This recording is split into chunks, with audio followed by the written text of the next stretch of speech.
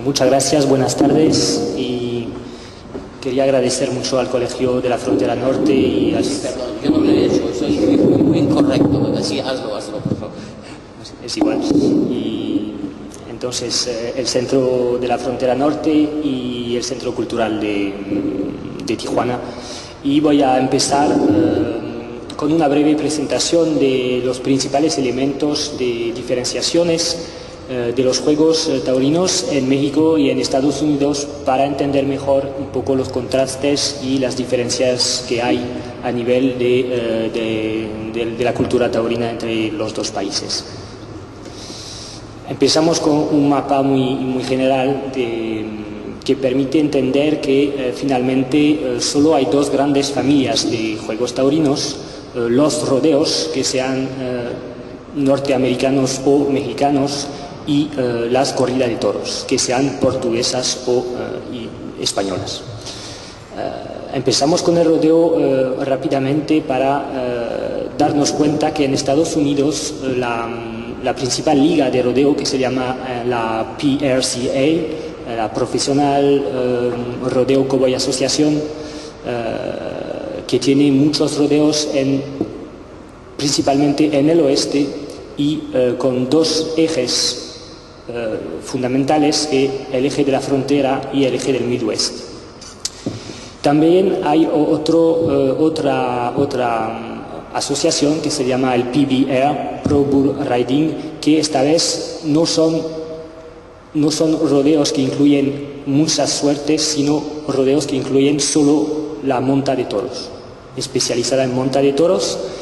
Entonces, este rodeo tiene mucha importancia en Estados Unidos y también tiene como una liga especial en México, porque existe un PBR en México, un PBR en Brasil y un PBR en Australia.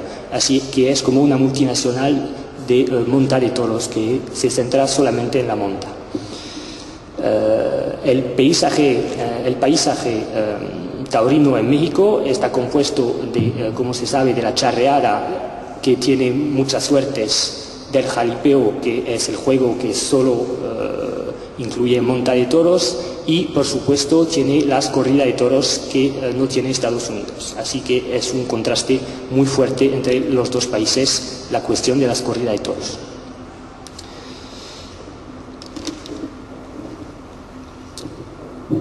A nivel de la corrida de toros, lo importante es saber que Estados Unidos prohibió a partir del siglo XIX, a mitad del siglo XIX, las corridas de toros, o más precisamente prohibió los juegos en el que se maltrataban animales.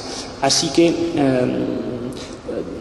desde entonces la frontera fijó una serie de plazas de toros que van, como se ve en el mapa, que van desde Tijuana hasta Ciudad Juárez. Fijó una serie de plazas de toros que permiten a los aficionados de Estados Unidos de acceder o de ir a los espectáculos que corresponden a sus aficiones.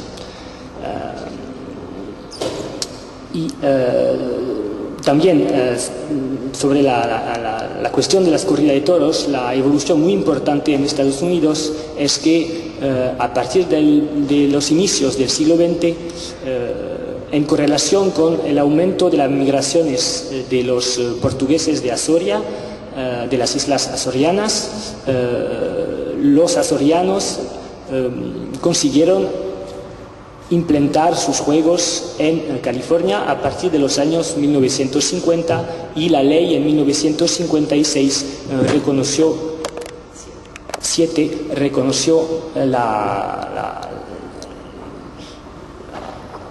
autorizó los espectáculos de las corridas de toros a dos condiciones. La primera es que sean bloodless, entonces corridas incruentas, y también que sean ligadas a fiestas religiosas. Puedes seguir, por favor. Para presentar brevemente los principales terrenos de estudio, He hecho este mapa que permite ver que nos centramos solo en este estudio, como lo dijo Frederic, en California y más precisamente en la región entre la San Joaquin Valley y el Piemonte a la Sierra Nevada y más precisamente en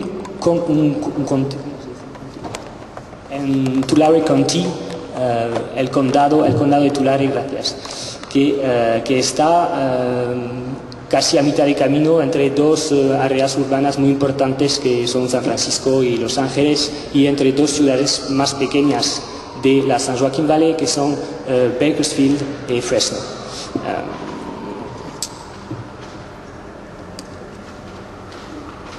Este espacio tiene importantes contrastes geográficos. Como se ve en las fotografías, los contrastes geográficos son muy importantes entre las tierras irrigadas del valle, del llano, y las tierras secas del Piemonte. Se ve perfectamente en la imagen de la izquierda que el contraste geográfico a nivel de los paisajes es muy fuerte y también hay un contraste importante entre este Piemonte seco y las tierras altas del monte que tienen árboles y que tienen pastos abundantes durante todo el verano. Entonces el uso y el acceso al agua en esta región es algo fundamental para entender estos contrastes geográficos. Si añadimos las regiones urbanas, además de tener en cuenta este espacio y sus contrastes, se nota también una muy importante fragmentación étnica en esta región entre angloamericanos, mexicanos, portugueses, indígenas, negros, entre muchos otros grupos y comunidades que componen este mosaico, un poco mosaico cultural y étnico de la San Joaquin Valley y de los foothills del Piemonte. Y para nosotros lo que nos llama la atención es que muchos de estos grupos tienen sus propios juegos taurinos. Que, como lo dije antes, pertenecen entonces o a las corridas de toros o a los grupos de los rodeos, y estos juegos componen como un sistema de diferenciación identitarias y territoriales a partir de un campo común que sería el campo de la tauromaquia. En este primer mapa, podéis ver la localización, la ubicación principales de los rodeos en California, que están principalmente localizados en la zona del Piemonte y en la zona de la costa y en las zonas que pertenecen a las áreas urbanas de San Francisco y Los Ángeles. No voy a entrar en el detalle de los otros juegos y podemos pasar al segundo mapa que presenta la ubicación principal de las corridas de toros, es decir, a la vez las plazas de toros de la frontera y al mismo tiempo los lugares donde se celebran las corridas de toros portugueses, los Bloodless Bullfighting, que están principalmente ubicados en la San Joaquin Valley. Hay que añadir que esta San Joaquin Valley es la zona donde principalmente está situado la ganadería lechera que desarrollaron los portugueses, mientras que en el Piemonte y en los foothills es la zona principal del ganado de carne. Entonces este contraste entre ganado de carne y ganado lechera es un contraste importante también para entender los distintos las diferenciaciones a nivel del ganado que está ligado al mundo de los juegos taurinos. Bueno, ya está. Para concluir solo voy a decir que estos contrastes, empezamos en la investigación, pero notamos que existe como un sistema de diferenciaciones identitarias y culturales a partir de esta relación entre juegos taurinos y ganaderías ligadas a cada juego taurino. Ya está, voy a pasar el micro a Frederic, que va a seguir con mucho más detalles sobre cada juego que añadimos. Okay, gracias. Y quisiera disculparme de haber olvidado agradecerles a los organizadores, que realmente estamos recibidos como reyes y que realmente, bueno, los agradecemos mucho.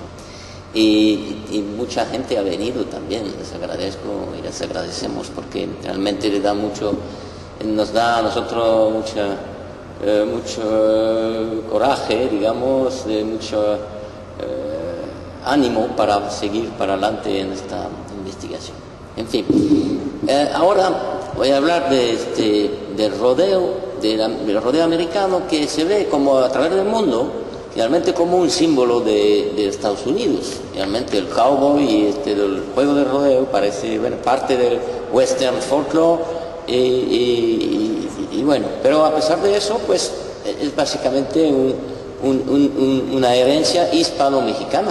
El rodeo, la misma palabra de rodeo es hispana y nace en la ganadería extensiva mexicana a partir de la conquista por los españoles, pues dado que no había ni toros ni caballos en América, cuando vinieron los españoles, ellos introdujeron tanto el caballo como el toro con un concepto de ganadería extensiva, de open range,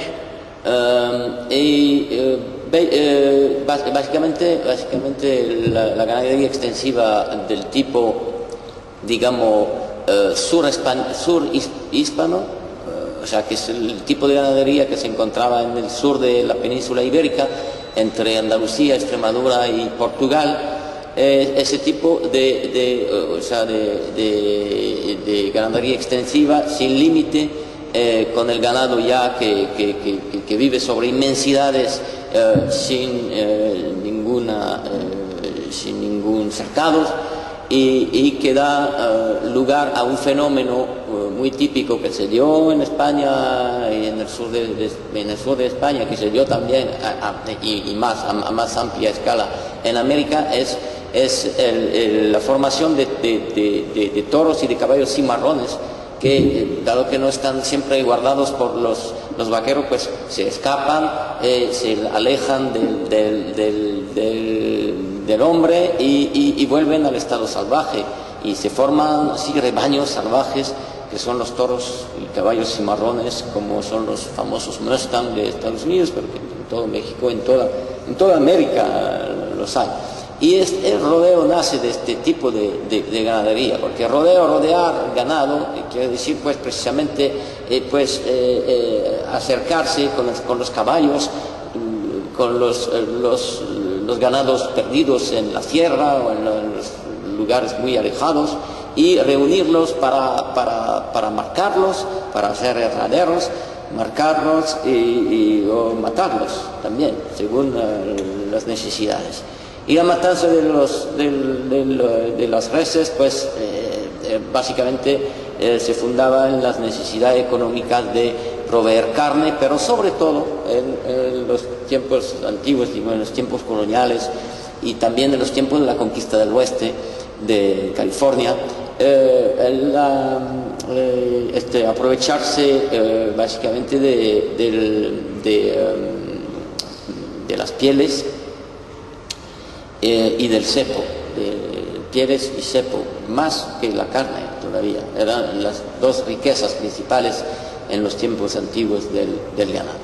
Ese sistema extensivo se opone al sistema anglo-normando, europeo también, que llevaron los colonos anglosajones a América, que es el sistema del cercado y de una domesticación más precisa, más cercana al hombre del ganado. Pues el cercado, el guardar las reses cerca de las casas para poder aprovechar básicamente su leche, un sistema básicamente lechero. Entonces, lechero y también agrícola. O sea que cuando se encierran las vacas, pues se evita que las vacas invadan a los campos cultivados y se permite la agricultura. Saben ustedes que toda la historia de la conquista de las inmensidades de México y de Estados Unidos esta etapa ha sido marcada en el siglo XIX por la lucha entre los farmers y los ranchers, los rancheros y los agricultores. Y primero aquí en México, pues, precisamente la lucha entre los colonos hispanos que llevaban ganado y los indígenas de México central que cultivaban maíz, y entonces hacían campos de maíz, milpas que no tenían límites, no tenían cercados, y entonces pues claro, el ganado invadía los campos de maíz, era catastrófico para los agricultores indígenas. Entonces una lucha entre los agricultores y los rancheros. Entonces la lucha acabó a fines del siglo XIX en Estados Unidos por la ley de 1874 que obliga a los cattlemen de cercar a su ganado para evitar que el ganado invada a los campos de los agricultores. Y entonces la época de la colonización de la San Joaquin Valley y de esta dedicación de este territorio que por el uso de la irrigación, un territorio que es un desierto, pero la conquista del desierto de la San Joaquin Valley por la irrigación y el cercado de todas las parcelas de tierra en un propósito de agricultura intensiva y de ganadería intensiva, como es la ganadería lechera, que se desarrolla a partir de finales del siglo XIX en el San Joaquin Valley. Y por otra parte, pues la San Joaquin Valley está rodeada por foothills, por cerros infértiles, pero que son favorables a la ganadería extensiva. Así que ahí se formó la distinción entre las tierras, digamos, medianas y altas y las tierras bajas de California, y entre un tipo de ganadería intensiva lechera y un tipo de ganadería extensiva de tipo hispano. Dos tipos de ganadería, la de tipo anglo-normando, de tipo lechero, y la de tipo hispano, dominante hispana, que es la base del rodeo y de la tauromaquia.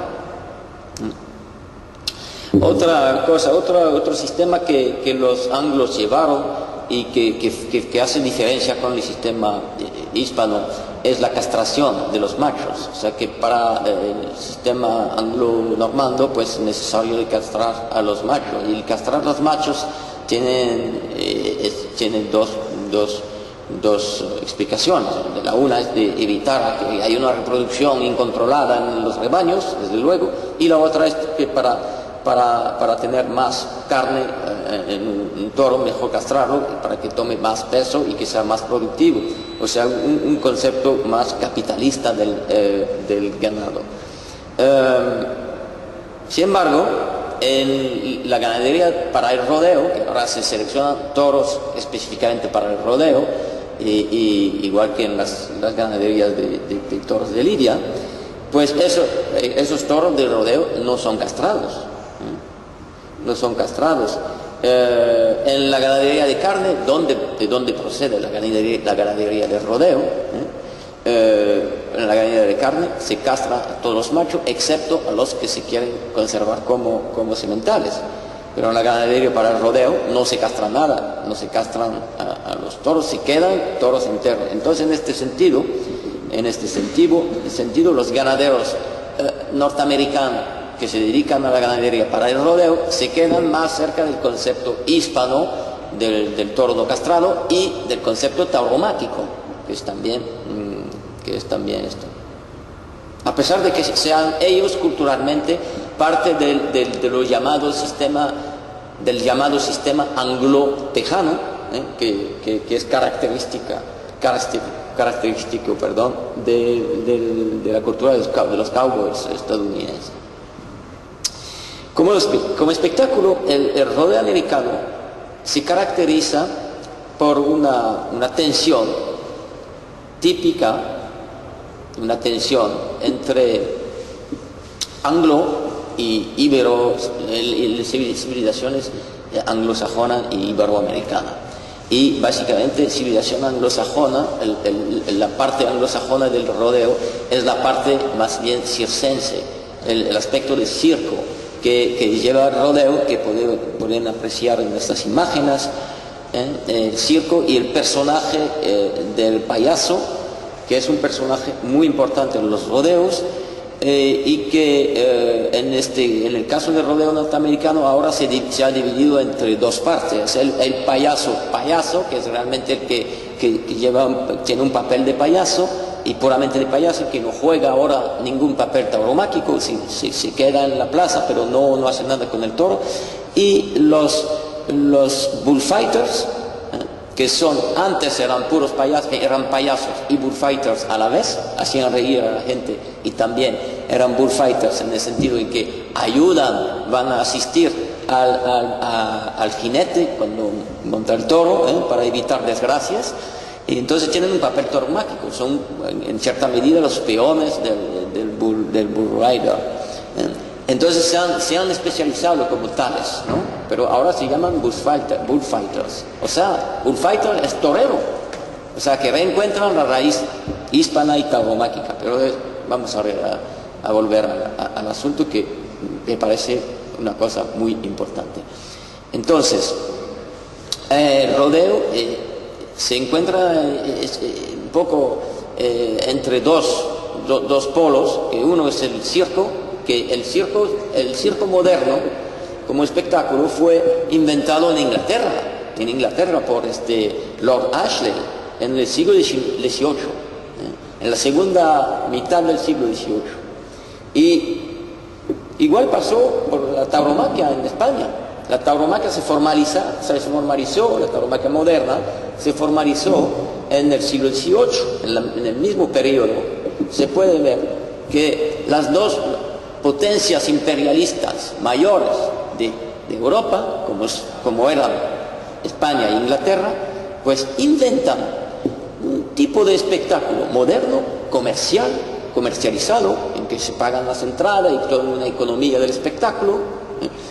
Los inventan, pero son espectáculos que representan una idea del salvaje, una idea y juegos con animales salvajes, juegos del hombre con la naturaleza, o con una imagen, una representación de la naturaleza, tanto en el circo como en la tauromaquia. Y es muy llamativo de ver cómo las dos potencias imperialistas y enemigas, finalmente, que se disputaban el territorio, precisamente el territorio americano, pues estaban desarrollando tipo de espectáculo que iban a volver a hacer, como espectáculos, digamos, emblemáticos, tanto del medio anglosajón, de la cultura anglosajona, como es el circo, la importancia del circo, de las paradas, de los desfiles circenses en las sociedades inglesa y estadounidense. Antes cada rodeo hay una parada, un desfile así, que todas las congregaciones de la sociedad desfilen así y hacen cosas. Y también ahora mexicano, como se ve en esta calle de Sonora, California. Bueno, entonces hay una tensión entre las dos civilizaciones, entre las dos grandes civilizaciones, hispanoamericana y angloamericana, a partir del juego taurino, y de una diferenciación entre el lado circense del juego taurino y el lado tauromáquico, el lado que diríamos más dramático, más serio, donde la muerte está presente y rodea, y bueno, porque si se prohíbe la muerte de los toros en Estados Unidos, pues la muerte de los montadores de toros, de los jinetes, es algo que es siempre pendiente. O sea, que hay que ver cómo se preparan los jinetes de rodeo norteamericanos, cómo se preparan, cómo rezan antes de montar a sus toros, la tensión que tienen ellos antes de montar, y entonces una tensión igual que la de un torero que va a entrar a la plaza, o sea que sabe que puede morir,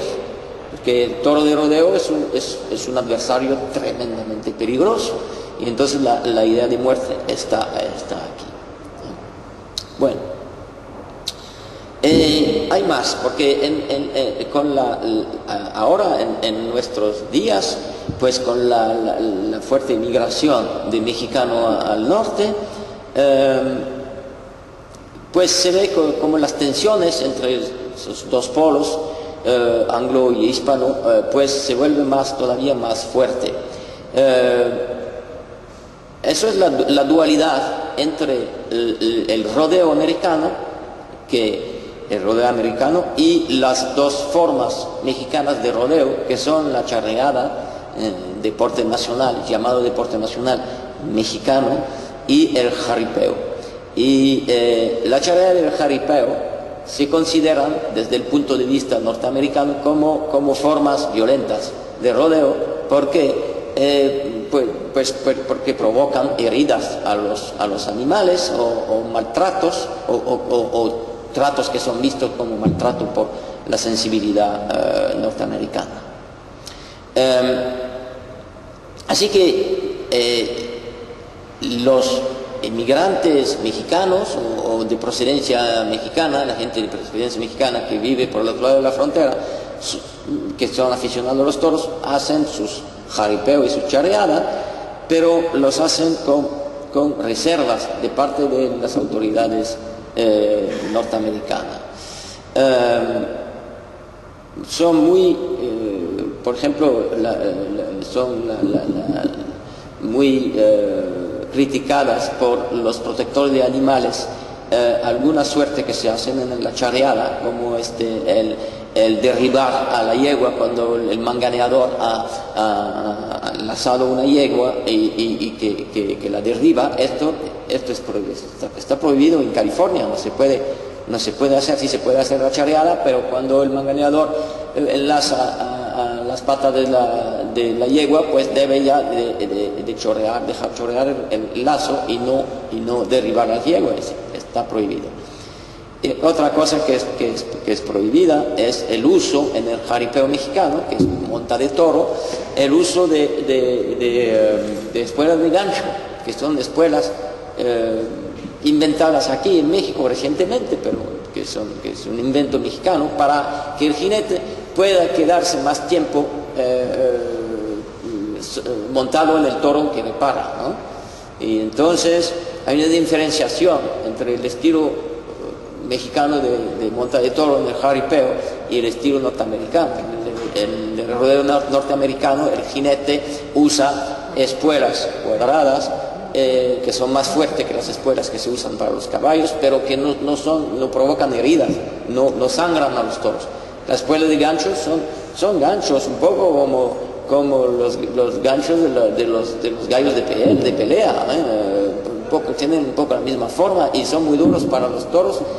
Pues cuando el jinete monta al toro, pues se mantiene básicamente con sus tacones, porque está metiendo las espuelas de gancho, está pinchando al vientre del toro para mantenerse. Incluso lo demuestra el jinete de jaripeo mexicano, lo demuestra ostensiblemente soltándose las manos cuando sale el toro del cajón, ¿no? Para demostrar que su poder es absoluto, porque puede montar soltándose las manos, sin mantenerse con las manos. Mientras que la técnica norteamericana, pues solo se trata de quedarse un mínimo de 8 segundos, que es mucho, sin espuela de gancho, desde luego, y el jinete se mantiene con una mano solamente, y debe levantar la otra mano para demostrar que solo una mano es la que mantiene pegado al toro. Entonces, a partir de ahí hay una diferenciación, y esta diferenciación pues también da lugar digamos, a la expresión despectiva, más o menos despectiva, de los norteamericanos protectores de animales en contra de los mexicano supuestamente salvaje, o supuestamente duros, supuestamente violentos, que emplean este tipo de técnica. Pero también en medio de los cowboys está muy criticada la técnica mexicana, porque ellos dicen, los cowboys norteamericanos, que ellos son escandalizados por la actitud de sus colegas mexicanos, que eso no puede ser. Entonces hay una oposición cultural muy fuerte entre una concepción más bien protectora, sensible al dolor del animal, y una concepción mexicana que parece que esté más, digamos, más cerca del modelo tauromáquico, en el sentido en que el dolor del animal pues es parte del espectáculo, es considerado como parte del espectáculo. Hay otra cosa, es que, como le he dicho antes, pues el rodeo, bueno, como lo vemos, cataliza las diferencias, las oposiciones entre mexicanos y estadounidenses, e incluso las oposiciones ideológicas, en un momento en que la población de origen mexicana es dominante en algunas partes del territorio que hemos mostrado. Aquí ven, por ejemplo, imágenes de... déjalas. Las que estaban.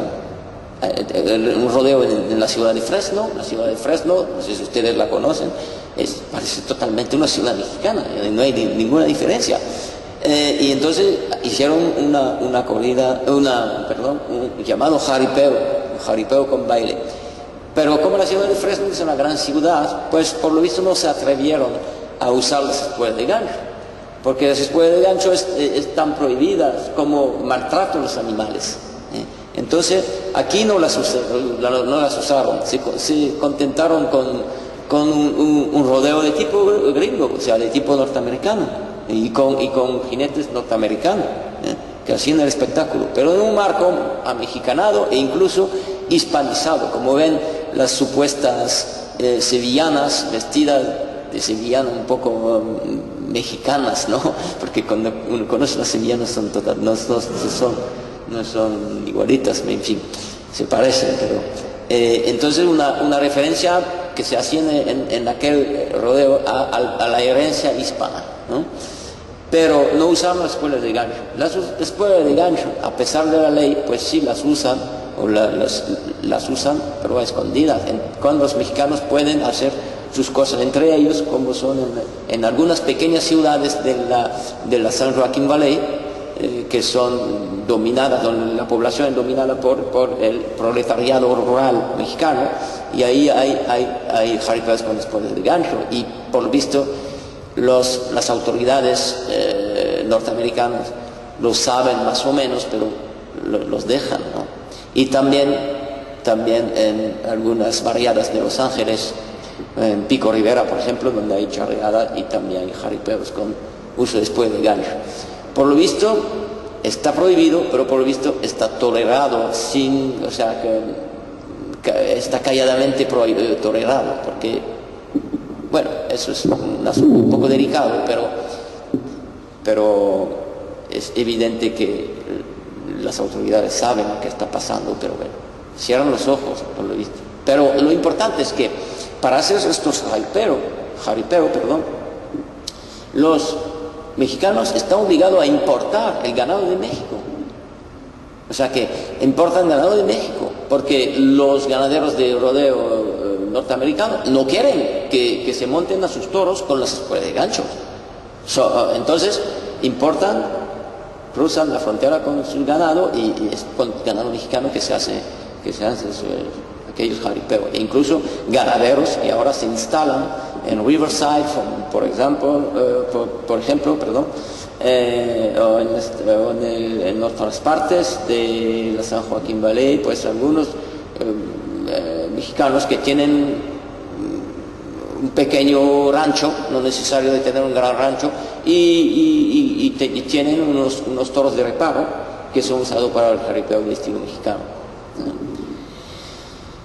Entonces, la dualidad entre identidad mexicana y estadounidense a partir del juego taurino, pero también el rodeo permite la expresión de otras comunidades. como lo he dicho, rodeos de indígenas, expresión del Black Power, expresión de la Gay Pride, del feminismo, que pasan por el rodeo y por peculiares tipos de rodeo. Es curioso, es una paradoja. El rodeo americano es a la vez el soporte de la identidad nacionalista americana como un conjunto bien definido, y a la vez la expresión de identidades alternativas, identidades alternativas que son también parte de la sociedad comunitaria de Estados Unidos. Y en California es un campo particularmente precioso, ¿no?, para observar un tamaño paradoja. Y yo creo que esta paradoja puede ser explicada por las propiedades del rodeo. El rodeo show es caracterizado por un escenario que cambia, ¿no? O sea que virtualmente nosotros, desde que vimos rodeo a partir del año pasado, el rodeo en Estados Unidos, pues cada vez notamos que cada vez se cambian cosas. O sea que puede empezar por monta de toro y luego habrá barrel racing, estas carreras de mujeres a caballos, en fin. Puede haber juegos para niños como el mountain busting, como ven en las imágenes. Puede haber tipo de presentaciones originales, como el pasado fin de semana en Springville, lo ven en la imagen de la derecha arriba. La presentación de la bandera americana se hizo con un tipo lanzado con paracaídas desde un avión, ¿no? También juegos originales que solo vimos una vez en la imagen de la izquierda, que es una carrera con un caballo bronco, y ensillado. Es muy espectacular, pero se da poco. Eso lo vimos solo en Sonora. Y bueno, así que siempre van cambiando las cosas, un poco como el espectáculo de circo, finalmente. Ese es el lado circense todavía, otra vez del rodeo, ¿no? Entonces, cambios de posibilidades de cambio. Opuestamente, pues la corrida de toros española y los rodeos mexicanos, el jaripeo y la charreada, son espectáculos fijados, inmutables. O sea que desde el momento en que se fijaron, se codificaron, pues se quedaron como espectáculos. En el caso de la charreada, como hay un respecto casi maniático siempre el mismo escenario que siempre se va repitiendo de charreada en charreada, y siempre las mismas cosas. O sea que es un espectáculo cerrado, sobre sí mismo y su propia lógica, mientras que el rodeo es un espectáculo abierto, un espectáculo que permite improvisaciones, que permite novedades siempre, está abierto a la novedad, que está abierto a que un grupo cultural o social pues se apodere del rodeo y lo haga a su manera. Mientras que la tauromaquia, la corrida de toros española o la charreada son espectáculos cerrados que no permiten este tipo de cosas. Otra cosa es el rodeo, es un espectáculo abiertamente comercial y lucrativo, en fin, que hay un derroche de la ganancia, ¿no? Y hay una afirmación fuerte, ¿no? Y del valor comercial del rodeo. Antes de empezar el espectáculo, una cosa que sí siempre se encuentra, eso sí, en el rodeo, es ese desfile, ese baile, ese ballet de las cowgirls, que suelen ser reinas o princesas de rodeo, que son electas, hay todo un proceso para elegir la reina y tal, y son reinas, la reina del pueblo, la reina de California, la reina del rodeo queen de América, en fin, toda una serie de princesas, digamos, que van llevando banderas comerciales, como ven la del McDonald's, por ejemplo, del Banco de la Sierra, en fin, este tipo de anuncios poéticos. Pero eso es marcado como una cosa, y el ballet de las caballistas norteamericanas se parece mucho al ballet de las escaramuzas de la charreada, ¿no? La escaramuza mexicana. Pero la escaramuza mexicana están en un contexto que es totalmente opuesto, o sea que las escaramuzas son jovencitas que tienen entre 15 y 20 años como máximo, a veces un poco más grandes, pero es raro, normalmente son jovencitas, no casadas, y hacen un ballet que es una representación de la pureza, ¿no? De la pureza de la jovencita, de las clases holgadas, digamos, porque los medios charros son medios muy burgueses, muy acomodados, incluso, digamos, cercanos del poder económico y político del país, ¿no? Y sus hijas, bueno, son escaramuzas, se visten en escaramuza y participan en los ballets de escaramuza, pero no es cuestión de anuncio comercial, sería considerado como una prostitución simbólica del espectáculo. El espectáculo charro y la ética charra es una ética de amador, o sea que los charros dicen nosotros no cobramos, nosotros lo hacemos por afición. Es una hipocresía porque en realidad todos los grandes equipos de charro de México están liderados por charros profesionales que se pagan caro, pues, pero eso no se dice. La ideología es una ideología o sea que es gratuito, lo hacemos por gusto, ¿no? Mientras que en el rodeo pues lo hacen por dinero y lo dicen y lo claman, ¿no?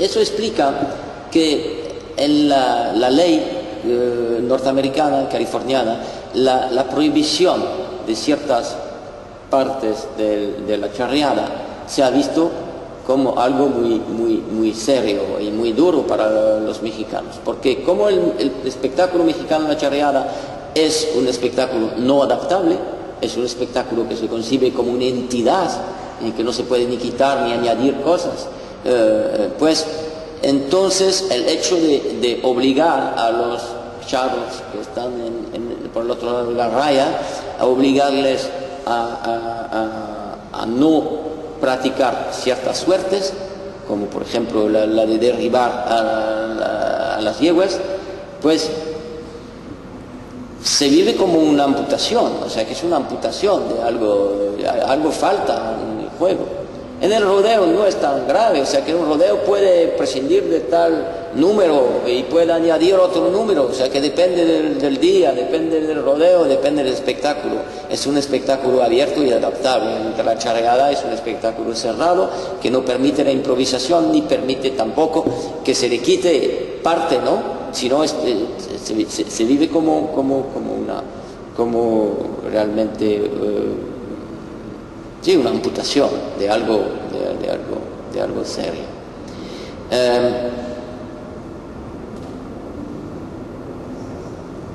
En el caso, por ejemplo, de los portugueses que hacen sus corridas bloodless bullfighting de Portugal, la cosa es más sutil, es distinta. Pues como ha dicho Jean-Baptiste, la ley en California de 1957 permite a las comunidades portuguesas procedentes de Azores de hacer sus bloodless bullfighting en el marco de una fiesta religiosa.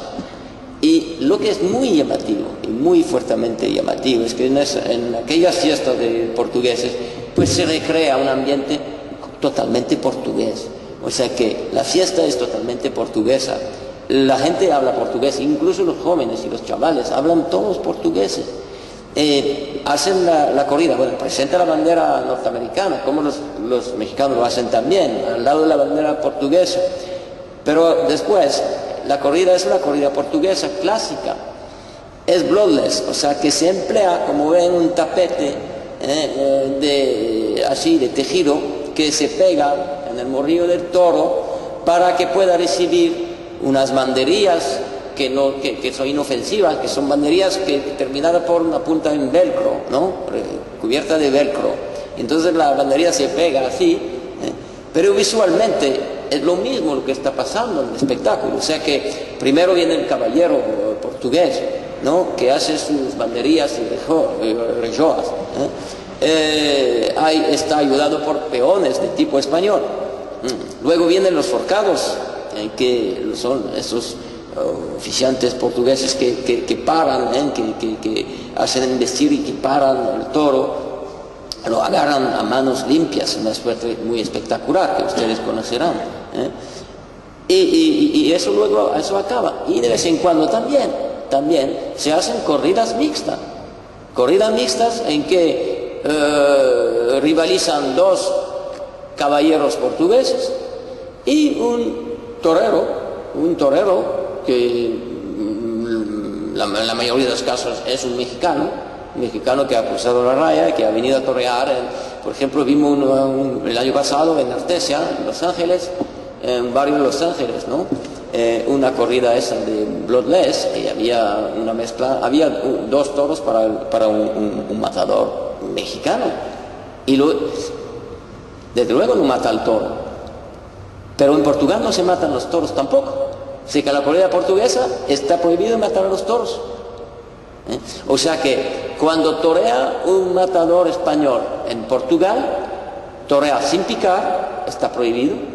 La pica está prohibido en Portugal, torea sin picar y no mata, y hace el simulacro, no mata al toro.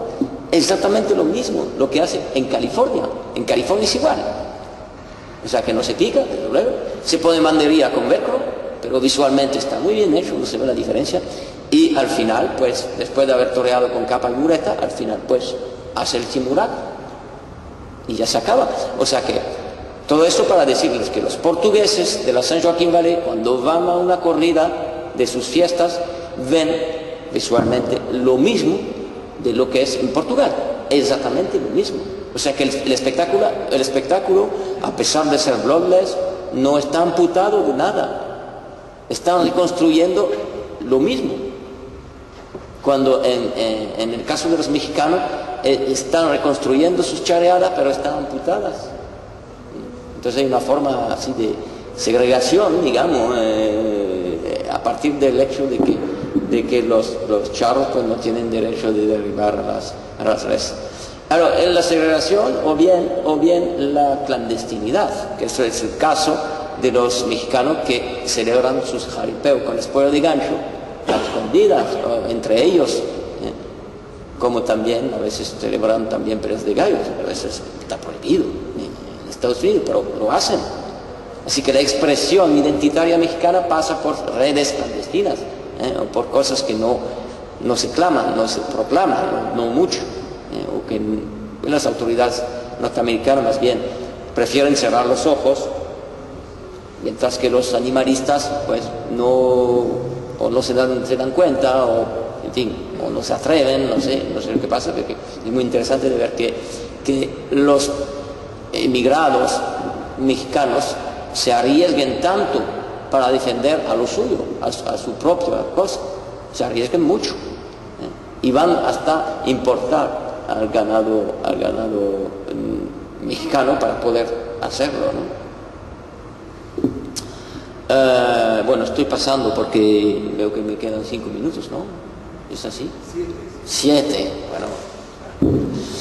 Bueno, entonces la lucha entre mexicanos, estadounidenses, animalistas, bueno, podría hablar también mucho de los animalistas en California, que tienen un poder muy grande, pero a pesar de ello, pues sigue existiendo formas de diferenciación por la forma de rodeo. También quería hablar algo de los rodeos alternativos del rodeo indio. Pues históricamente los indios indígenas de California, igual que los indígenas de México, pues hicieron con el ganado, cuando vinieron los españoles en el periodo colonial, a partir de la época de la misión en California, del siglo XVII, pues como había toros cimarrones y caballos cimarrones, se aprovecharon los indios, integrando el toro y el caballo en sus animales de caza. Y también practicaban la economía del raiding, o sea que atacaban a los rebaños de las misiones, a los rebaños de los colonos, y los atacaban para apoderarse de caballos y de toros, y mataban a los toros y los cazaban como cazaban los venados. Entonces, y luego, pues, a pasar el tiempo, pues, pudieron pues, ya apoderarse del sistema de la ganadería. Y entonces adoptaron la ganadería extensiva, los indígenas, que correspondía en todo el oeste de Estados Unidos, correspondía bien con, finalmente, es paradójico, pero la adopción del elemento foráneo, del elemento de origen hispánico, pues ha sido una manera para ellos de mantener su identidad, su propia identidad de sociedad de cazadores, de guerreros, en fin, con el trato con el ganado en la ganadería extensiva, que es un trato bastante violento, que es un trato que se acerca, en el que se puede utilizar las técnicas de caza, es lo que hicieron, por ejemplo, la técnica de rodeo, de encerrar los animales, de recoger a los animales perdidos en el monte, en todas las partes alejadas, y de encerrarlos en los corrales. Ese sistema, el mismo, era empleado por los cazadores indígenas de México y de Estados Unidos cuando se trataba de cazar, por ejemplo, venado, que hacían lo mismo, incluso antes de la adopción del caballo, lo hacían a pie, hacían inmensas batidas de hombres de a pie que iban y cercioraban a los venados para encerrarlos en los cercados donde se agarraban con redes. Incluso, por ejemplo, en el oeste de México, en la zona Huichol, donde he trabajado mucho, pues antiguamente se sacrificaban a los venados, o sea que se trataban de capturar a los venados vivos para regresarlos al pueblo o al campamento y sacrificarlos como ahora sacrifican los bicholes, siguen sacrificando a los toros que tienen ellos, y son ganaderos también.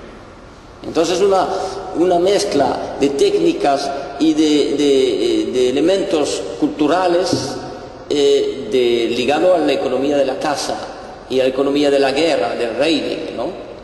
que han permitido la formación de un tipo de ganadería original entre los indígenas y que desembocó sobre la adopción del rodeo en el siglo, a partir del Wild West Show, el Wild West Show de Buffalo Bill, que, como saben, integraban indígenas, pues también el punto de partida de la tradición indígena del rodeo. Aquí ven ustedes unas imágenes el anuncio de un rodeo fronterizo muy importante, que es el de Tonojo O'Dham, o sea, de los Papagos del norte, al sur de Tijuana. Y las otras imágenes son rodeos, un rodeo juvenil de indios y un rodeo que lo ha organizado una iglesia de la comunidad de la reserva de los indios Yokuts de la Tule River Reservation, donde estamos trabajando ahora.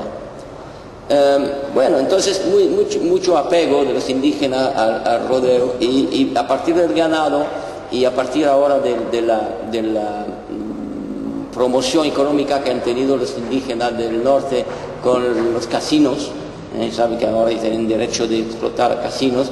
En este caso la Tule River Reservation tiene su casino, y así pues se van enriqueciendo las tribus indígenas, y entre casino y ganado pues están apoderándose cada vez más del territorio, están reconquistando ellos mismos.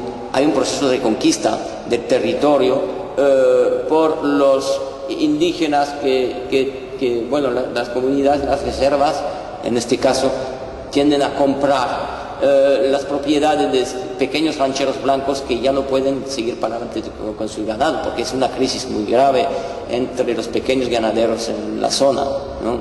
Y entonces venden su rancho, y los indios compran. Entonces están apoderándose de nuevo de las tierras que se les han quitado en el siglo XIX, ¿no? Es un proceso de reconquista. También se vive como un proceso de reconquista por el lado mexicano, el hecho de que los mexicanos estén cada vez más numerosos por el otro lado y que se están apoderando también de tierra, de ranchos. Algunos pueden comprar ranchos, pueden montar sus ranchos, su comercio, su negocio, en fin. Y entonces, pues también hay un proceso de reconquista, pues como no les voy a aprender que California era primero mexicano. El tema de los Black Cowboys también, que es Black Cowboys, pues ha sido un personaje marginado en la conquista del oeste, aunque había muchos Black Cowboys, había muchos cowboys negros en el oeste, en la conquista del oeste, pero por el imaginario del western, del cine, ¿no? Se escondió al Black Cowboys, injustamente, porque tenía un papel muy importante en las ganaderías, y entonces pues también ellos fueron muy importantes en los rodeos. Incluso se atribuye a un Black Cowboy que se llamaba Bill Pickett la invención de una suerte muy espectacular del rodeo que se llama steer wrestling, que podríamos traducir como una pelea con un herral, ¿no? Es el cowboy que se echa de su caballo para agarrar un herral bien con cuernos y movilizarlo, ¿no? Y echarlo por el suelo, ¿no? Entonces hay todo lo que llamaría una llamada o una reivindicación identitaria de los negros cowboys a partir del rodeo, y todo es diferente en los rodeos blacks. La música, en vez de country music, pues se toca soul music, ¿no? Marvin Gaye, Michael Jackson, James Brown, el acompañamiento musical de los rodeos blacks. Hay algunos números que son distintos, algunas suertes que son diferentes también, y básicamente pues sí, se ve que hay una forma de reivindicación cultural muy fuerte a partir del rodeo. Y en fin, el gay rodeo, el rodeo de los homosexuales, que también tienen sus cosas, también tienen su bandera. Había olvidado decir que los Black Cowboys también tienen sus banderas, bandera de los negros americanos, esa es la bandera, ¿no? Cada vez hay una afirmación identitaria, ¿no? Y volviendo a los gays, ¿no? Hay también Barack Obama, que es evidentemente reivindicado como un héroe por la población negra, y entre los blancos, el rodeo blanco de Springfield, pues Barack Obama es el enemigo, o sea, que nos están quitando, nos están poniendo unas tasas insoportables, en fin, para ellos es el motivo de unas burlas. Y ya era el Clinton. El año pasado se puso un maniquí representando a Bill Clinton en el rodeo de Springfield, como el Clinton, como si fuera el pendejo, ¿no? Y en fin, el único que es contento en Springfield con Barack Obama es el vendedor de armas, porque dice, desde que está Obama jamás he vendido tantas armas.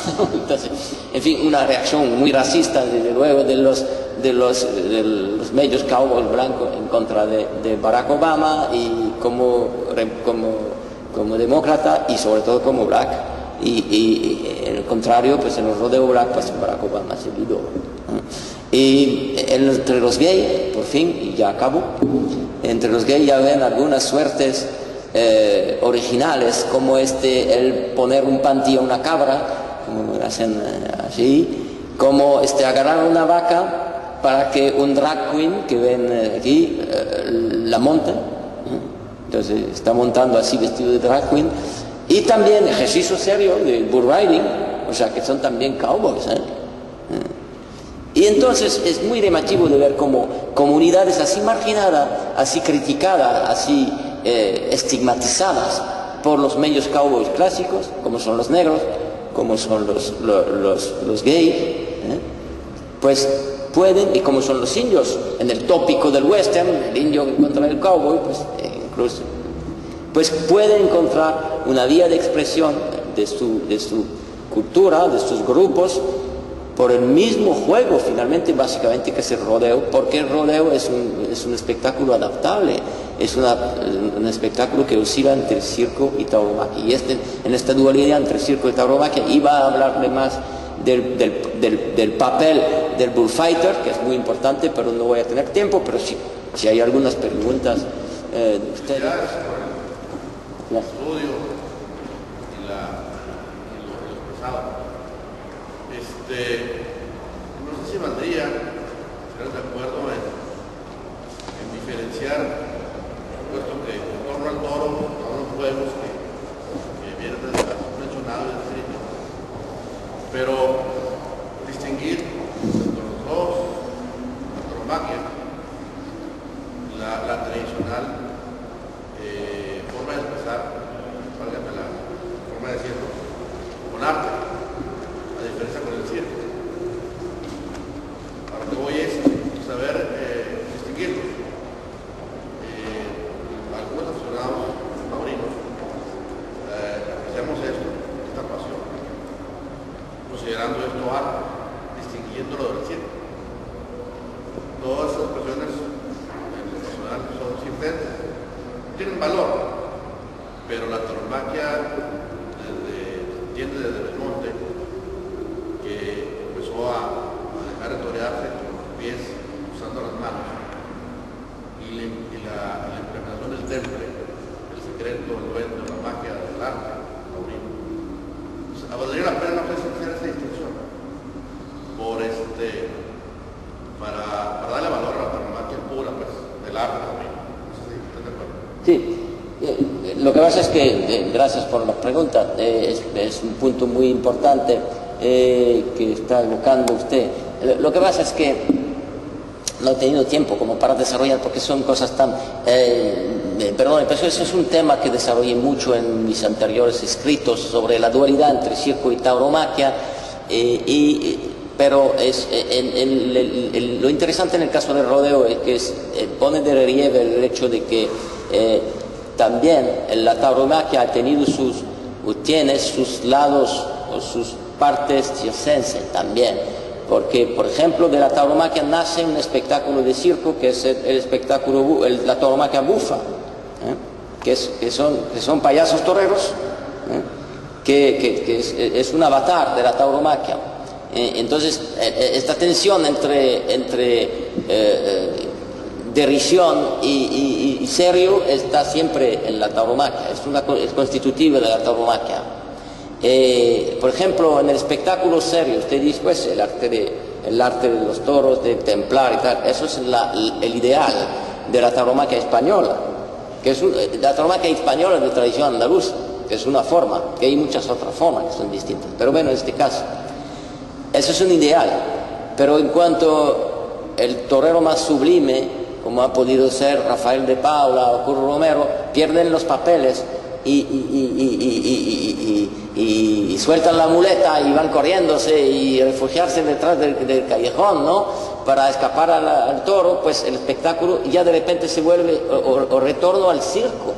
Y entonces la tensión está muy siempre presente entre lo sublime y lo ridículo. Eso es una estructura mental de la tauromaquia. Es un espectáculo muy fuerte, porque precisamente la dualidad entre sublime y ridículo, entre circo y tauromaquia, están muy pegados, y pasar la raya de uno a otro es muy... O sea que son cosas que siempre, como estoy hablando ahora como aficionado y no como científico, porque siempre hemos vivido los que nos gusta la fiesta de toros. O sea que eso es un punto.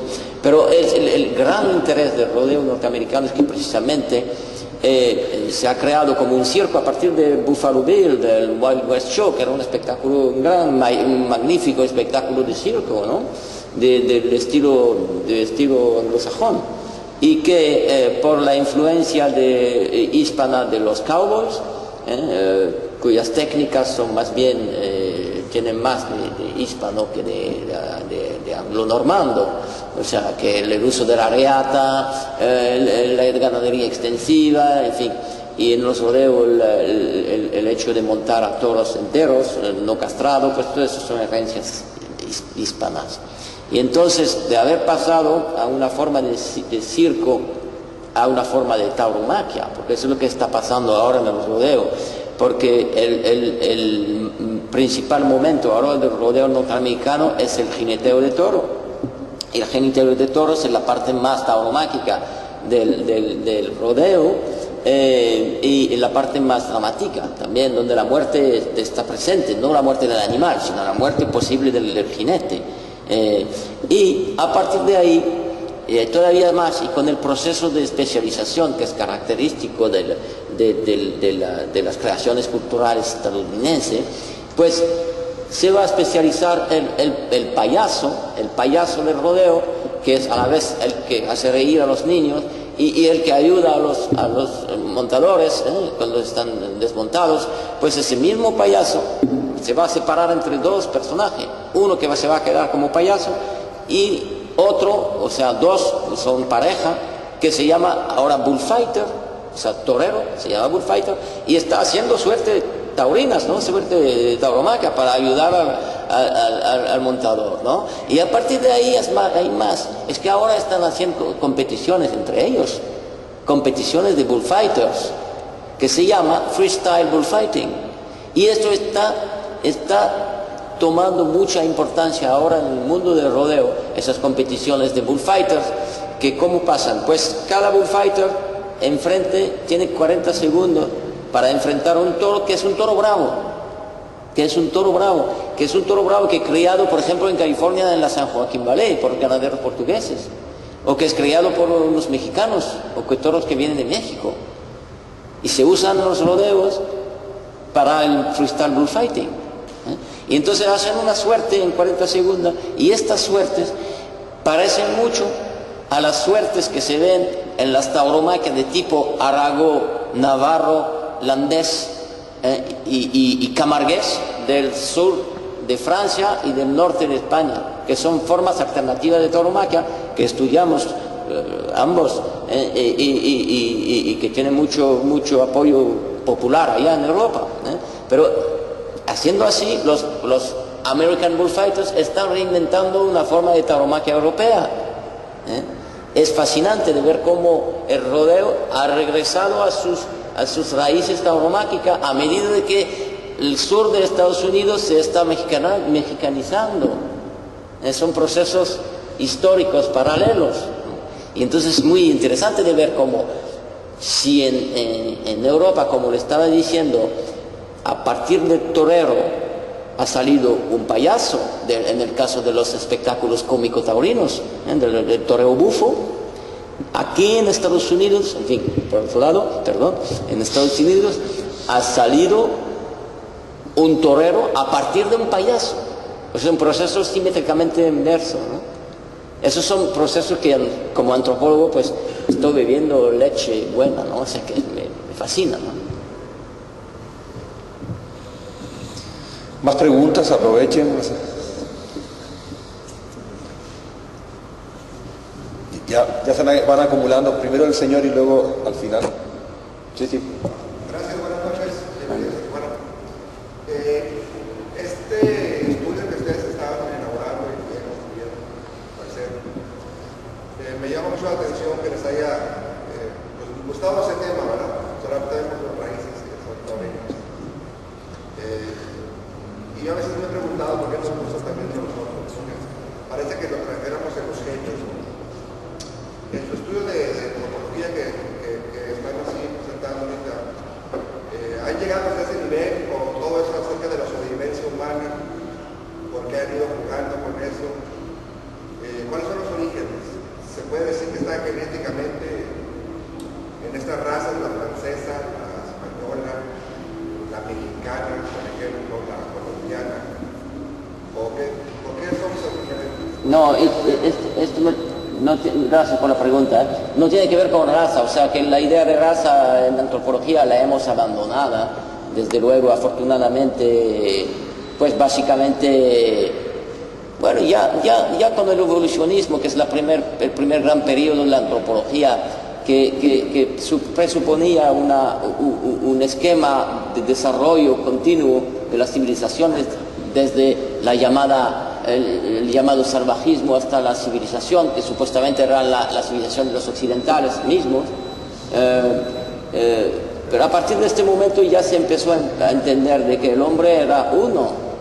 O sea que si se tenía incluso una visión evolucionista de la cosa, pues se suponía que incluso el salvaje podía volverse civilizado, o sea que no había diferencia de raza. Esta idea ya se abandonó ya desde aquel entonces, y a partir pues de la Segunda Guerra Mundial, con las atrocidades nazis, pues la idea de raza ha sido totalmente condenada, así que no es relevante, no, para nosotros es puramente la idea relevante de la antropología es la cultura, y la cultura y también los procesos culturales. Y en este caso de las tauromaquias, pues el proceso cultural es muy importante, porque la tauromaquia es como se exporta, como se difunde, pues es que se difunde a partir de España y va conquistando a otros pueblos, y los otros pueblos reinventan alguna otra tauromaquia. Este proceso se ha visto en el sur de Francia, donde cuando se exportó la corrida española a partir de mediados del siglo XIX en el sur de Francia, pues en regiones donde había toros y juegos taurinos muy antiguos, ¿no? Desde una antigüedad remota, pues se tomó el ejemplo de la corrida de toros española para hacer una corrida de toros local, regional, como en las Landas y en la Camarga en Francia, donde hay tradiciones de juego taurino distintos, pero a partir del ejemplo de la corrida española. Pero a partir de este ejemplo se crea una forma que es alternativa y que es incluso opuesta, ¿no? En el sentido, por ejemplo, en la Camarga es muy llamativo de ver que el papel del héroe del espectáculo no lo tiene el hombre, lo tiene el toro. Se inventa una forma de tauromaquia en que es el toro que no se mata, que es un poco como un toro de rodeo, pero todavía más puesto en valor, ¿no? Y ese es el toro que debe de ganar en el juego, digamos, este juego característico de la corrida camarguesa. Y eso ocurre también aquí en América con los indígenas, con las poblaciones indígenas y mestizas que se forman a partir de la conquista. O sea que los indígenas como los mestizos que estaban trabajando en las vaquerías, que estaban trabajando en las haciendas de vaqueros, ¿no? Que aprendían a montar a caballo y tal, y jugaban con los toros, y de ahí nace el rodeo, nace la chargada, a partir de ahí, a partir de la interpretación nativa, indígena y mestiza, del manejo del ganado por los españoles. Es una reinvención. El uso del lazo, por ejemplo, es totalmente americano. Es una adaptación yo lo analizo así históricamente, una adaptación de las técnicas de caza de los indígenas, que usaban lazo para cazar los animales grandes, a la ganadería extensiva. El uso de la monta del toro es una invención mexicana, no existe en España. Es una invención americana, o sea que es eso lo que es interesante, de ver cómo los procesos culturales se crean y se recrean, ¿no? A partir de un sistema que se difunde y que difundiéndose pues se transforma. O sea que la tauromaquia de España y el modo de crear los toros en la ganadería extensiva española, pasando a América, se transforma y vuelve a otra cosa, vuelve a otra cosa. O sea que sistemas distintos de práctica que se crean en este marco nuevo, ¿no? Y eso es lo que llamamos procesos culturales, porque es por un proceso cultural que el hombre transforma las cosas. No es cuestión de raza, esto no tiene nada que ver. Sí, por favor. Bienvenidos a Tijuana, Gracias. al doctor Jean-Baptiste, que tiene nombre de torero. Sí. Torea bien, tío. Sí. Qué bueno. Por curiosidad, las fotografías que hicieron ahorita, que tomaron ahorita, que están enseñando, mostrando, y el reportaje que hicieron, que está basado en el Valle de San Joaquín, ahí más o menos en esa área de Los Ángeles, y hay otras de Springfield, creo que Springfield, los foothills, el borde de la San Joaquín Valley, ¿no? Pero ya con los cerros. Sí. ¿Cuánto tiempo les tomó hacer toda esta investigación? ¿Ustedes la hicieron personalmente? Y si tienen alguna experiencia que hayan, se recuerden de ahí por ser franceses y estar en una fiesta que es prácticamente ¿Quieres contestar un poco? A ti te toca, Gracias por esta pregunta. Sí, es un trabajo que estamos trabajando sobre esto desde hace 1 año y medio casi, y tenemos 3 años, así que todas las fotografías que se ven aquí, menos las del rodeo gay, porque de momento no tuvimos tiempo de ir a un rodeo gay, pero y de momento no sí, hay cosas de la investigación, puntos muy importantes, por ejemplo, como los ganaderos del norte de California, como los rodeo gay, como los rodeo indígenas, que de momento no conocemos muy bien. Lo que conocemos bien es toda la tradición, todos los trabajos que hemos hecho sobre la tauromaquia en Europa y de manera global los juegos taurinos en América. Hice mi tesis doctoral sobre la diversidad de los juegos taurinos en Europa y América, pero concretamente cuando estamos en una escala muy local se nota que hay muchísimas diferencias que no podemos conocer o que no podemos tratar sin quedarse durante periodos bastante largos en los sitios mismos.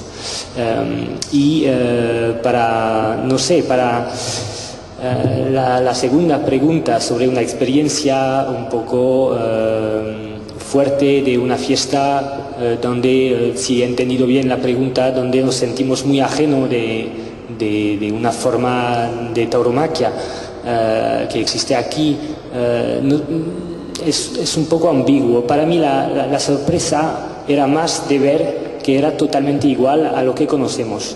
Por ejemplo, el mundo del rodeo, yo pensaba que era otro mundo que el mundo de los toros, de la tauromaquia, que el mundo de la corrida de toros. Al principio pensaba que era algo más, no sé, que parece más a un deporte, que no tiene referencias, que no tiene los mismos códigos. Y cuando se ve los bull rider, los montadores, como lo decía Frédéric, la preparación, la tensión, la relación a la muerte, aunque sea durante 8 segundos, se puede desarrollar en 8 segundos una cantidad de sensaciones, una cantidad de emociones que, claro, son totalmente comparables a lo que en Europa llamamos arte, como si el arte estaba solo dedicado a la corrida de toros. Y para mí, por eso, el concepto de arte no es un concepto que permite hacer una jerarquía entre las distintas formas de juegos de toros, porque a un nivel fuerte de conocimiento de cada juego se nota que las matices, la interpretación, la simbólica, el sentido, las técnicas son de una calidad y con matices muy fuertes, y así que son iguales. Todos los juegos taurinos que se dan a ese nivel, para mí, son muy comparables, y eso fue la sorpresa más grande. Ver que corrida de toros y rodeo, por ejemplo, bueno, era la misma cosa. ¿Más preguntas? Miren que yo tengo muchas. No, voy a aprovechar entonces esta pausa. Sí, a mí lo que me llama la atención, ¿no?, es de ver estas imágenes que no conocía el mundo al norte de la frontera de California, Arizona, que existieran toda esta variedad y todos estos lances. La de los portugueses sí las conocía, ¿no?, por televisión, y siempre lo que me está fascinando acá es que la antigua Creta, las vasijas estas donde se ven los toros y los toreros de aquella época saltando por encima, ¿no?, del toro, o sea, de aquella matriz mediterránea que lo veamos ahora en California, es uno de los procesos culturales que fascina, ¿no? Pero mi pregunta iba, hace unos días en el sur de México, un rejoneador, el toro empitonó al caballo y el rejoneador se bajó del caballo y se jugó la vida intentando sacarle el cuerno, ¿no? al caballo. O sea, es el respeto que siente por su caballo, ¿no? Y también el respeto que sienta por el toro. Mi pregunta era a ver si la estética de la corrida de toros o la catarsis de la corrida de toros es una mezcla de respeto al animal, aunque lo acaba matando. Los antitaurinos igual no lo ven así, ¿no? Pero es un respeto al toro, ¿no? El jugarte la vida también es una forma de manifestar que te lo estás tomando en serio, ¿no? Entonces, no voy a compararlo con lo que pasa en Estados Unidos, pero si tengo una tentación, ¿cuál sería cómo verían ustedes o cómo interpretarían esa emoción que sí se ve en las corridas donde se permite matar y donde te está jugando la vida? Ahí también se la juegan la vida, pero a lo mejor menos. ¿Cómo ven ustedes que se hace este proceso para intentar rescatar esa actitud de respeto al animal, esa actitud de que te está jugando la vida? El hecho final, el hecho estético, ¿cómo lo compararían ustedes? O sea, si pueden comentar sobre la corrida de tipo español andaluz, la estética, el miedo, hablabas de los toreros corriendo, los grandes corriendo al callejón, y en Estados Unidos, ¿no? Que a lo mejor uno está tentado a verlo más como el lado espectáculo, pero que a lo mejor ustedes se encuentran de que sí hay similitudes de valores, ¿no? Ante el animal, ante la estética esa de jugarte la vida, de respeto al animal, etcétera, etcétera. Si pudieran comentar los dos, ¿no? Algo de cómo lo ven, ¿no? De cómo lo construyen. Sí, efectivamente, ese es el problema de la corrida de toros, que siempre que se afirma que es un arte, que lo es, pero yo creo que toda forma de espectáculo es un arte. Yo creo que en todo hay arte. En la corrida de toros lo que llama mucho la atención es que el artista pues se encuentra casi desnudo delante de un toro que lo puede matar y que finalmente va a acabar por matar si lo consigue. Entonces la muerte es muy presente, y el arte, el grado de estetización de la gestual en la corrida andaluza es muy fuerte también, o sea que llama más la atención como un espectáculo estético, como un ballet, ¿no? Como algo que precisamente es una combinación muy fuertemente dramática entre la muerte y un animal que da la muerte, un hombre que también da la muerte, y una gestual de comunión, ¿no? Entre el hombre y el animal, que sería este respeto que efectivamente el hombre le debe al animal. Esa es la ética de la corrida española, y yo creo que de toda forma de tauromaquia, que siempre hay un respeto, porque el toro es el animal que impone una fuerza tremenda, y que el hombre trata de oponerse a esa fuerza y trata de contenerla, trata de moldearla, trata de hacer un espectáculo. O sea, una forma culturalmente eficaz, una forma culturalmente llamativa o expresiva a partir de esta situación, que es una situación de gran peligro, que es una situación en que normalmente uno debe de quitarse del medio, porque es realmente demasiado peligro, y esa es la belleza del espectáculo. Pero yo creo que en este caso no hay diferencia de esencia, a diferencia de grado entre las distintas tauromaquias, diferencia de grado, y que, como lo decía Jean Baptista ahora, pues yo creo que la dignidad está compartida por todos a un grado igual. O sea que el hecho de montar un toro, los toros de rodeo son unos feroces animales de 800 kilos, son terribles, y entonces el hecho de montarse, pues yo creo que es realmente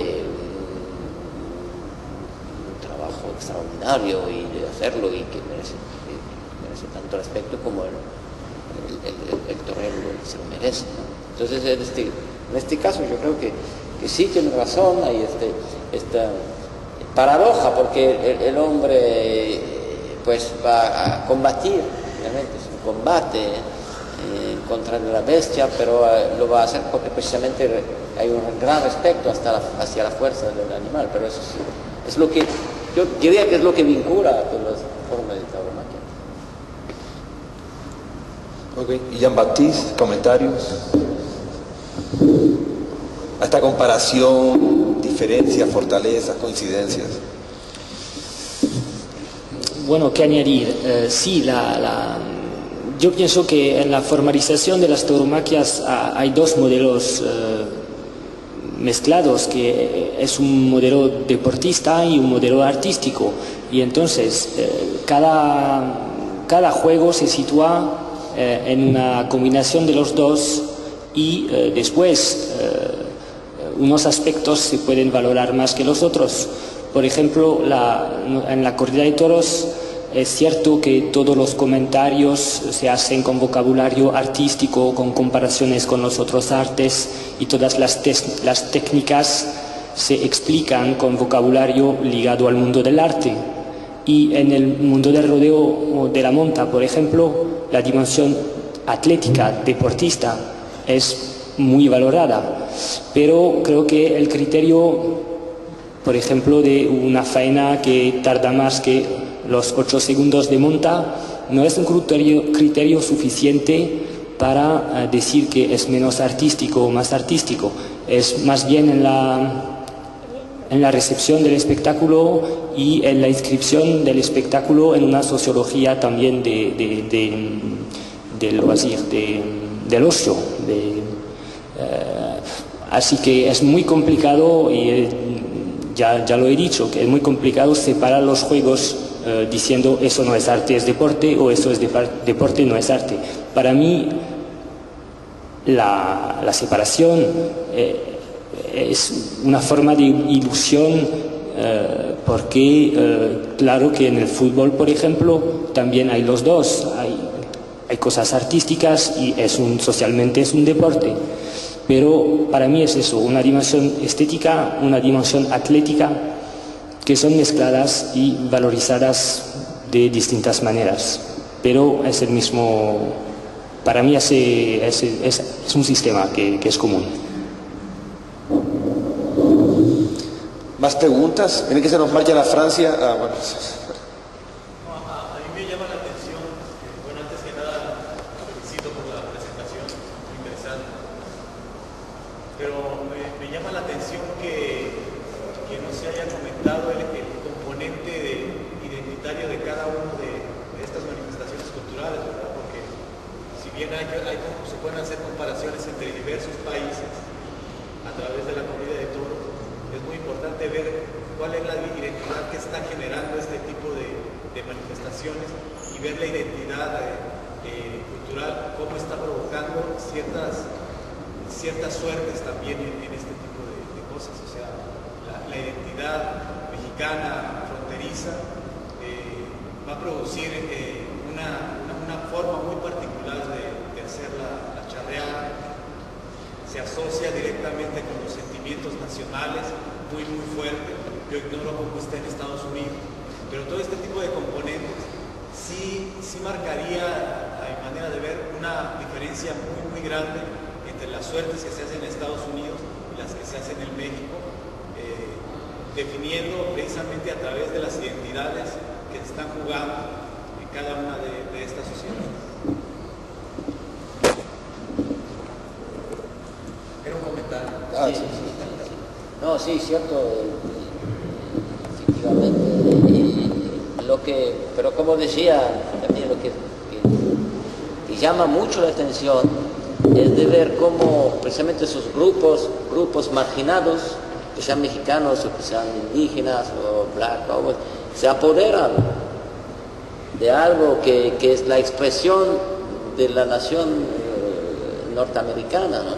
Como es el rodeo, la imagen del cowboy, se apoderan de esto, ¿no? Es de esto que se apodera. No va a inventar otra cosa, no, se van a apoderar de esto para expresar su propia identidad. Y al revés, el cowboy gringo, pues se vuelve torero por este sistema del bullfighter, ¿no? Entonces es muy llamativo, hay unos procesos de intercambio ahí que estamos visualizando poco a poco, que estamos descubriendo poco a poco, que son muy fascinantes y que yo creo que puede valer de un paradigma para un estudio más general sobre las relaciones conflictivas, paradójicas entre las comunidades en presencia, en este caso. Sí, y sobre esta pregunta, esta cuestión de los juegos y de las identidades, hay una cosa muy interesante que me hace pensar en esto, es la paradoja que constatamos con la corrida de toros, por ejemplo. Porque la corrida de toros existe en varios países, pero siempre existe con una relación, un vínculo a España. Por ejemplo, es un espectáculo en Francia donde en la misma plaza de toros hay una bandera francesa y una bandera española. Y no significa que hay un enfrentamiento entre España y entre Francia, no significa eso. Es una forma de asimilación parcial del espectáculo que reconoce que es parte de la cultura francesa, de la cultura local francesa, y al mismo tiempo que reconoce que esta patrimonialización local de esta cultura viene de España. Viene de España porque la corrida de toros nació en España. Y eso, en comparación de los deportes, es muy interesante, porque hoy en día en el mundo del fútbol en el mundo del fútbol sería muy extraño ver la bandera británica en los estadios, porque el fútbol nació en Inglaterra. Y por eso, cuando analizamos la corrida de toros siempre al lado del mundo de los deportes, es muy interesante ver las diferencias y cómo funciona a nivel cultural e identitario. Y creo que analizando corrida de toros y rodeo, estamos en la clave de dos matrices imperialistas, como lo dijimos antes, de dos espectáculos que se mundializaron parcialmente y de manera distintas. Por favor. Quisiera cambiar de texto, pero no puedo evitar. Vuelvo al punto final, al punto inicial. Yo me he enfrentado como aficionado taurino a taurinos. Y aquí entre nosotros, los momentos que he expresado, que se he ganado un debate a favor de los toros. A lo que voy con ustedes es de que ustedes siguen distinguiendo de la tauromaquia o el juego del toro, en que evidentemente todos son los espectáculos, que es la organización, la plaza, el ruedo, el rodeo, todo el conjunto es un espectáculo. El que se ve en el ruedo o en la plaza, pues es por sí mismo, ¿no? Tienen algunas características, todos pueden ser un ejercicio físico o deportivo, ¿no?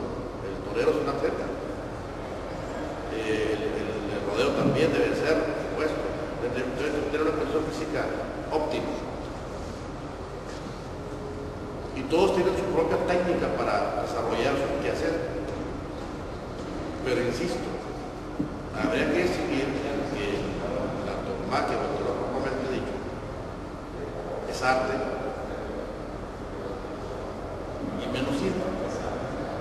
Y a las otras tienen más tendencias de esencia, sin menoscabo de concepto, por supuesto. Y me voy a los argumentos. El temple nada más se da en el quehacer taurino, como España, Ronda, México y todo el país, propiamente dicho, ¿no? Para distinguirlo de los demás quehaceres del toro. Ya quedamos en el espectáculo, que hay algo de circo, que tiene que haber técnica individual en cada uno de ellos, especializada, que tiene que tener una condición física casi deportiva, me parece óptima, pero la tauromaquia en sí, el ejercicio, arte, indiscutiblemente. Y la base es el templo, por lo mismo. El templo no lo encuentro, el templo entendido como aquella vestida del toro, lo más lento posible, lograda por el torero, no se ve más que en el torneo propiamente dicho, que es lo que sublima las pasiones del infierno. Lo demás es agradable, es vistoso, es espectáculo, eso queda claro. Pero el ver llorar a gente de la emoción, yo no lo he visto con toros, comparado con otros espectáculos. Yo mismo lo he hecho. Y bueno, no nos vamos a meter al concepto de que es arte, ¿no? En realidad, estética, subir los sentidos, ¿no? Pero el mejor argumento que yo a veces he dicho, con eso remato, de que esto hay que distinguirlo, el torero propiamente dicho, de sus hermanos espectáculos con el toro, de que esto es arte, y habrá otros que también lo sean, pero no tan puros como la tauromaquia propiamente dicha, de lo que nos referimos. Es que es el único espectáculo o arte, no conozco otro, que haya inspirado a las demás expresiones artísticas. No hay otra. Escultura, literatura, pintura, teatro, danza, cine, no me falta, música, modas.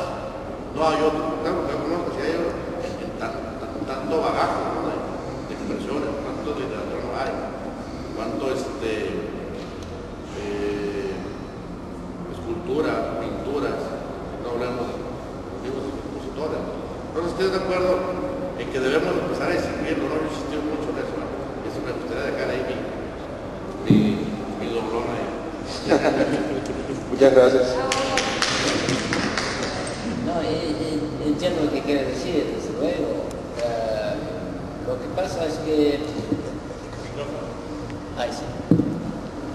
Lo que pasa es que yo creo que efectivamente es una evidencia de que es la corrida española de tradición andaluza que ha sido, bueno, que es la más conocida a través del mundo, incluso por gente que no sabe nada de eso, pero conocen por lo menos la imagen del torero y tal, y que ha dado lugar a un florecimiento artístico de representación de la representación, muy importante. Pero también, en cierta medida, se puede decir esto del rodeo, pues el rodeo en los western, y la importancia del cowboy, del personaje del cowboy en el cine hollywoodiano, que es bien conocida. Pero estoy de acuerdo, no hay tanta variedad de creación estética extra tauromáquica sobre la tauromaquia como la hay en el caso de la tauromaquia española. Porque este tipo de tauromaquia es una tauromaquia que se apega a un modelo, históricamente, modelo aristócrata burgués de la cultura de las élites occidentales a partir del siglo XIX. La corrida de a pie, es cierto, tiene una raíz popular. El torero de a pie, como se sabe históricamente, es un tipo popular que se reclutaba en el siglo XVIII. En Sevilla se reclutaba a los toreros de a pie al matadero, o sea que eran matarifes, básicamente, Entonces gente de muy bajo nivel social. Y los toreros de a caballo eran vaqueros. A partir del momento en que el noble ya no torea de a caballo, que abandona la práctica del toreo de a caballo al final del siglo XVII, pues se da el papel de protagonismo del espectáculo a gente de los más modestos. Pero el espectáculo lo organiza la nobleza. En Sevilla lo organiza la nobleza, organiza el espectáculo y abastece el espectáculo con sus toros, porque los toros pertenecen a la nobleza o a la burguesía enriquecida del siglo XVIII, que compra tierras, desamortizaciones eclesiásticas que hay en el siglo XVIII, en el siglo XIX, desamortizaciones civiles en Andalucía, todas las tierras baldías que no eran utilizadas por los grandes propietarios que se se expropían y los burgueses, enriquecidos por su comercio, que compran estas tierras, que compran títulos de nobleza también, y que se hacen ganaderos, entre otras actividades, en fin, y hacen una de las pocas innovaciones del campo andaluz del siglo XVIII es la invención de la ganadería de toros bravos. Entonces se inventa un concepto de un ganado para hacer un espectáculo artístico. Y entonces se empieza a seleccionar un ganado que pueda convenir a un espectáculo de tipo artístico, lo que quiere decir un espectáculo que quepa en el marco de los espectáculos artísticos burgueses de aquel entonces. Y la edad de oro en este nivel es del siglo XIX, cuando la corrida de toros empieza a exportarse a América Latina, pero también a Francia, y se exporta en Francia. Es muy llamativo de ver cómo la corrida de toros entra en un concepto que la asocia con la ópera y con la pintura. Y la pintura francesa ha representado mucho, del siglo XIX ha representado mucho a los toros, Manet, por ejemplo, en fin.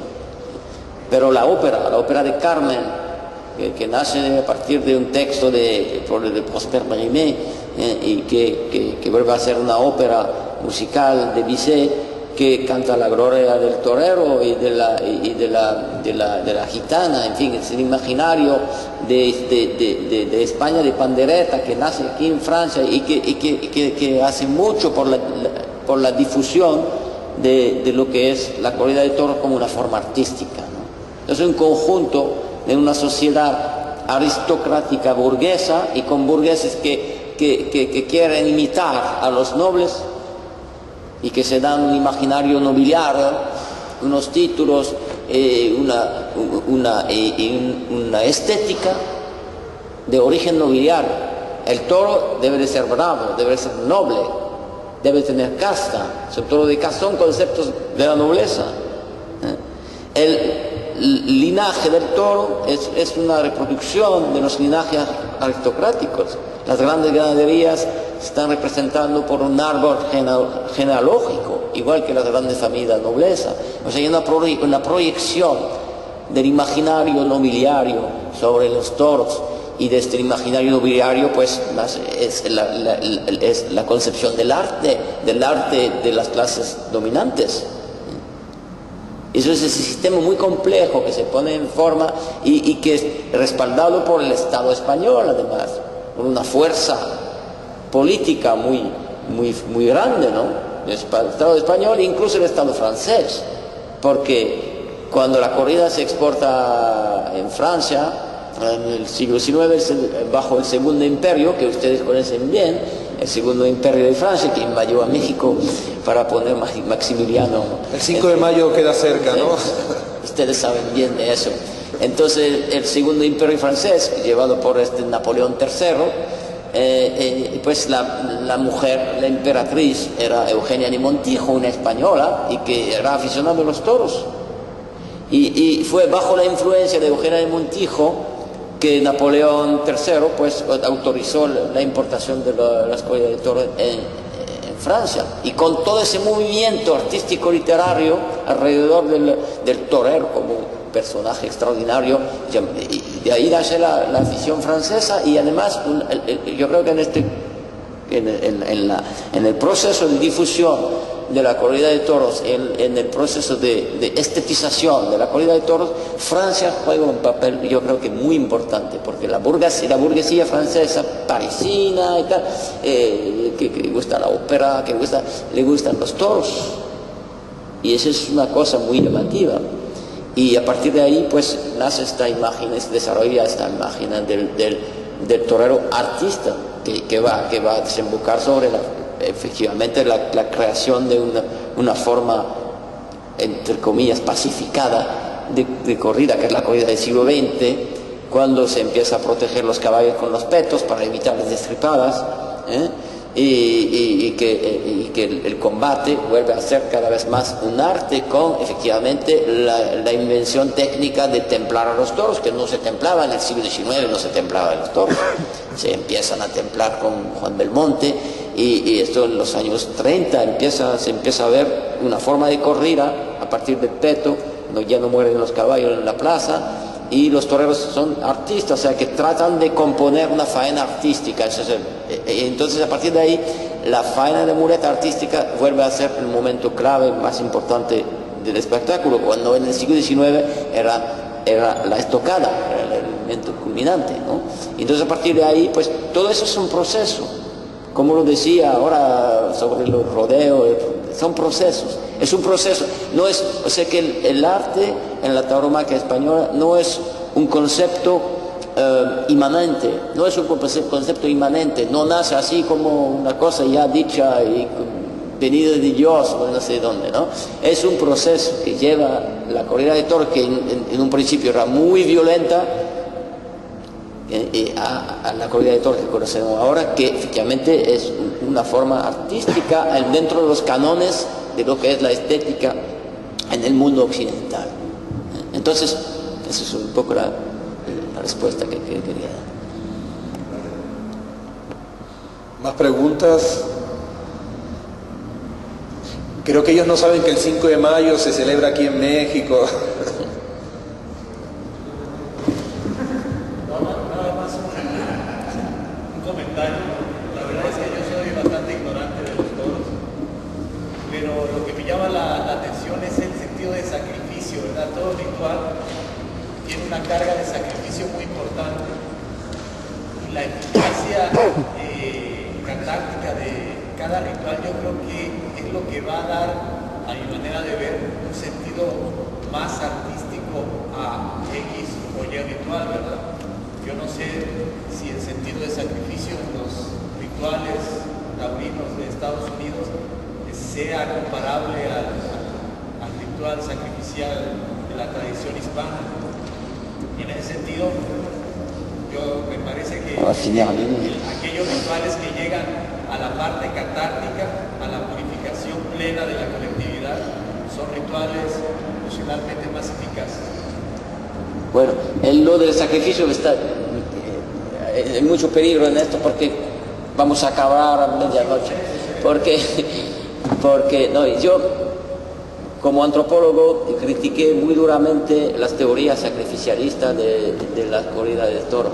Es un poco el tópico intelectual de la corrida de toros, y traté de demostrar que precisamente no cabía, que esta teoría sacrificial era más bien una expresión ideológica de cómo justificar lo injustificable, porque en una sociedad moderna que esconde la muerte de los animales, que les permite sobrevivir en los mataderos, es insoportable éticamente de poner en espectáculo la muerte de un toro, de un animal. O sea que eso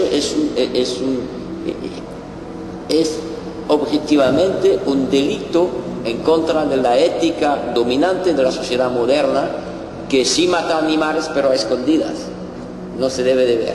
Entonces, ese es el gran problema de la corrida de toros. Entonces la teoría sacrificialista es una teoría que dice, pero sí, atención señor, eso es sacrificio, pero en realidad no lo es, porque por varias razones. Primero, porque no es sacrificio, es un espectáculo comercial. No se ofrece la muerte del animal a un dios. Eso es la teoría del sacrificio. En antropología el sacrificio, la comunidad ofrece un animal o algo, una riqueza, y la destruye en honor de un ente superior, que es una divinidad. Esto no existe en la corrida de toros, esto no existe. No hay, nada es ofrecido, todo se paga. El toro es un producto de lujo.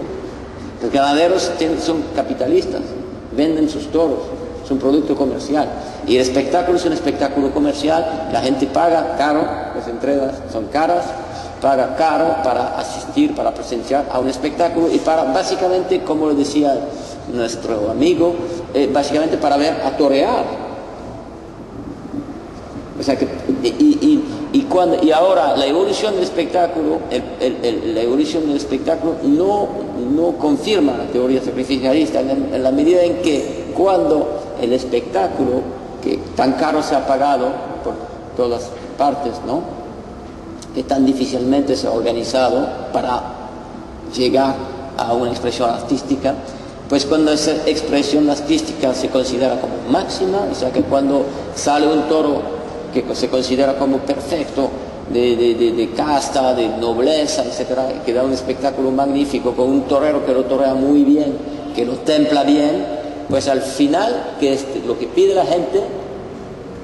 ¿Qué es lo que pide la gente? El indulto del toro.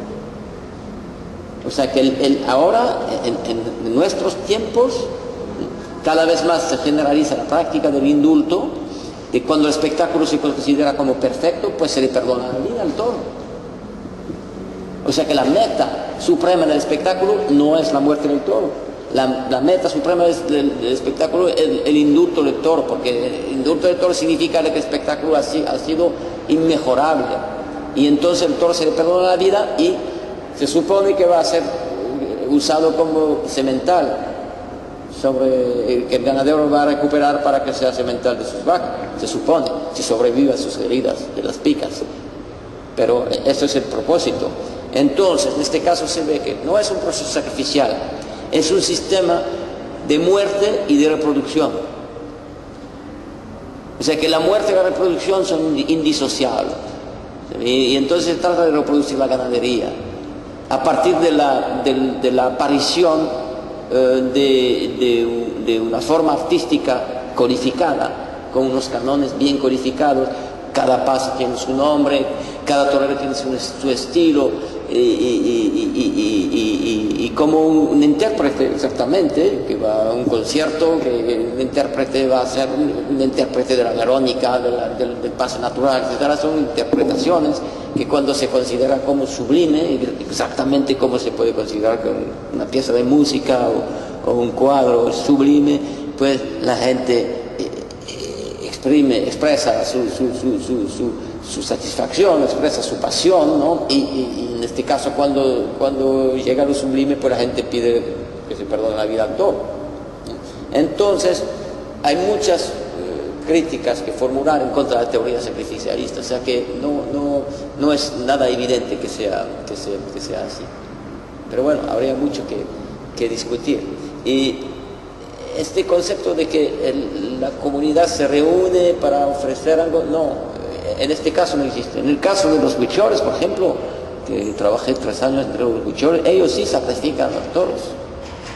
Son sacrificios, porque en este caso es un maracame, o sea, un chamán, le dice a un tal, pues tú para Semana Santa si quieres que tu hija se cure, pues debes de sacrificar una vaca roja en Semana Santa, y el tío pues va a gastar dinero para pagar su vaca roja, y ahí la vaca roja va a ser sacrificada entre otras en Semana Santa, va a ser sacrificada, va a venir un maracame, va a venir un matarife que va a venir a sangrar la vaca, y la sangre va a ser recogida y la sangre va a ser ofrecida a las divinidades de los huicholes, a los santos y las divinidades huicholes, y es un proceso sacrificial. En este caso sí, hay ofrenda y ofrenda a unos entes superiores, lo que no es el caso en la actualidad, que es un espectáculo comercial. ¿Sí? La última pregunta, por favor, de un madrileño aficionado a toros. Bastante aficionado. Sí, he visto el caso de que el indulto al toro sí es correcto, sobre todo cuando el toro se ve en una mano, es torcido con una mano, y el toro no puede continuar. Es un comentario, una pregunta. Sí he visto el indulto en corridas de toros en vivo, y que el toro la mano no puede porque se tuerce ante una caída. La gente pide el cambio de tercio, el toro automáticamente vivo se va por los toriles, por los toriles. Y trae otro toro. O sea que sí existe el toro. No es un sacrificio, no es una matanza. De hecho, por ejemplo, en una corrida de toros corre la vida tanto del toro como del torero. Que cuántas corridas pues, un torero nos ha muerto. Pues el caso de Paquirri, el Chillo, hace poco pues casi José Tomás. Y Y hace poco también el granero también, que fue cuando el equipo productor le metió un cuerno en el ojo y lo mató. O sea que sí, son casos de que toreros, tanto toreros como toros, pueden morir en el ruedo. Claro. Y aparte que hay toreros también, por ejemplo, me acuerdo que antes hacía mucho el portagayola y ahora creo que se prohibió. Portagayola, no sabemos que las portagayolas, que cuando sale el toro... ¿Se prohibió? Creo que ya No. los toreros ya no lo hacen. ¿Ya visto? No está prohibido, hacen lo que quieran. Pero ya no lo hacen tanto como...